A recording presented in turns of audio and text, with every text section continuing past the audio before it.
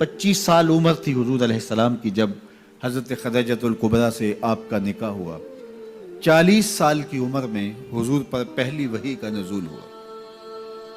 15 برس کا ایک عرصہ حضرت خدیجۃ الکبریٰ رضی اللہ تعالیٰ عنہ حضور کے ساتھ بسر کر چکی تھی۔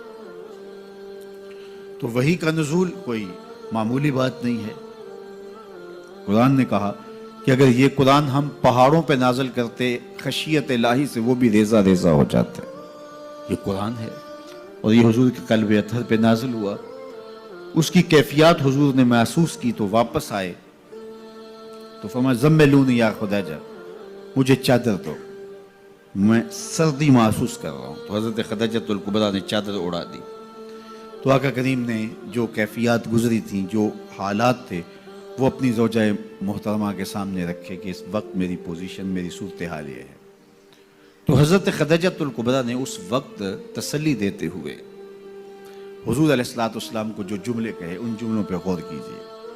یہ حضور کی 40 سالہ زندگی کی کہانی حضور کی زوجہ کی زبانی ہے۔ سیدہ خدیجۃ الکبریٰ نے کہا کلا واللہ لا یخزیک اللہ ابدا، اللہ کی قسم آپ کا رب آپ کی عزت میں فرق نہیں آنے دے گا، آپ کو پریشان نہیں ہونے دے گا۔ میں اللہ کی قسم اٹھا کے کہتی ہوں کبھی ایسا نہیں ہوگا کہ آپ کا رب آپ کی عزت میں فرق آنے دے۔ کیوں؟ 5 چیزیں سیدہ خدیجۃ الکبریٰ نے بیان کیا۔ فرمایا انک لتصل الرحم، ایک تو آپ صلہ رحمی کرتے ہیں۔ دوسری بات ارشاد فرمائی وتحمل الکلہ، جن کا کوئی بوجھ اٹھانے والا نہیں اس کا بوجھ آپ اٹھاتے ہیں۔ تیسری بات وتکسب المعدوم، اور جن کا کوئی کمانے والا نہیں ہے اس کے کفیل آپ ہیں۔ وتقری الضیف، اور لوگوں کی مہمان نوازی کرتے ہیں۔ اور 5ویں چیز وتعین علی نوائب الحق، راہ حق کے اندر مصیبت زدہ لوگوں کو جو تکلیفیں پہنچتی ہیں آپ ان کے ساتھ کھڑے ہوتے ہیں، ان کی مدد کرتے ہیں۔ تو یہ 5 وصف حضور کے گنوائے اعلان نبوت سے قبل جو حضور کی زندگی ہے۔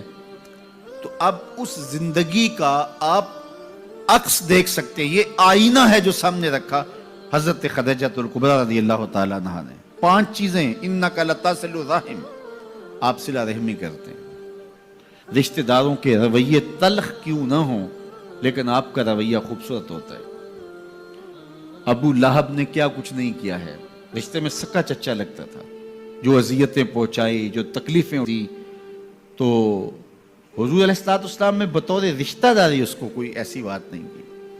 اس کے کفر کی وجہ سے اس کے اوپر وہ بال پڑا، وہ ایک امر آخر۔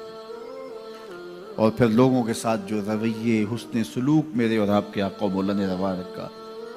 قریش نے جو حضور کے خاندان کے لوگ تھے کیا سلوک کیا، لیکن فتح مکہ کے بعد جب حضور پلٹ کے آئے تو آقا کریم علیہ السلام جس فاتحانہ شان سے داخل ہوئے تو ان کو یہ تھا کہ ہمیں قتل کر دیا جائے گا۔ آقا کریم علیہ السلام تشریف لائے، سب کو جمع کیا، قریش جمع تھے۔ تو آقا کریم علیہ السلام نے فرمایا کہ بتاؤ میں تمہارے ساتھ کیا سلوک کروں، تم ہی بتاؤ۔ انہوں نے کیا جواب دیا؟ آپ کریم ہیں، کریم باپ کے بیٹے ہیں، اور ہم کریم باپ کے کریم بیٹے سے خیر کی توقع رکھتے ہیں۔ اور ان کو یہ تھا کہ بس اتنی سہولت مل جائے کہ ہمیں قتل نہ کیا جائے اور ہمیں چاہے شہر سے نکال دیا جائے، اور اس کے لیے وہ تیار تھے۔ تو اس لیے انہوں نے کہا آپ کریم ہیں، کریم باپ کے بیٹے ہیں۔ تو حضور علیہ السلام نے فرمایا اذهبوا انتم الطلقاء لا تثریب علیکم اليوم، جاؤ چلے جاؤ، آج تم سے میں وہی کہوں گا جو میرے بھائی یوسف نے اپنے بھائیوں سے کہا تھا۔ تو ان کی آنکھیں کھلی کی کھلی رہ گئیں، کیا یہ منظر ہونے والا تھا؟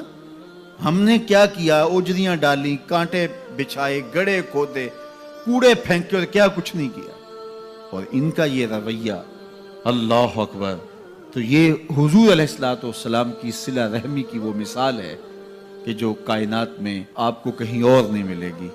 حضور نے ہمیں صلہ رحمی کی تلقین کرتے ہوئے ارشاد فرمایا کہ جو شخص یہ چاہتا ہے کہ اس کے رزق میں برکت ہو اور اس کی عمر میں برکت ہو، 2 چیزیں، جو شخص یہ چاہے کہ اس کے رزق میں بھی برکت ہو، اس کی عمر میں بھی برکت ہو، وہ رشتہ داروں کے ساتھ سلوک اچھا کرے۔ جب وہ صلہ رحمی کرے گا تو اللہ تعالیٰ اس کے بدلے میں اس کی عمر میں بھی برکت کرے گا اور اس کے رزق میں بھی برکت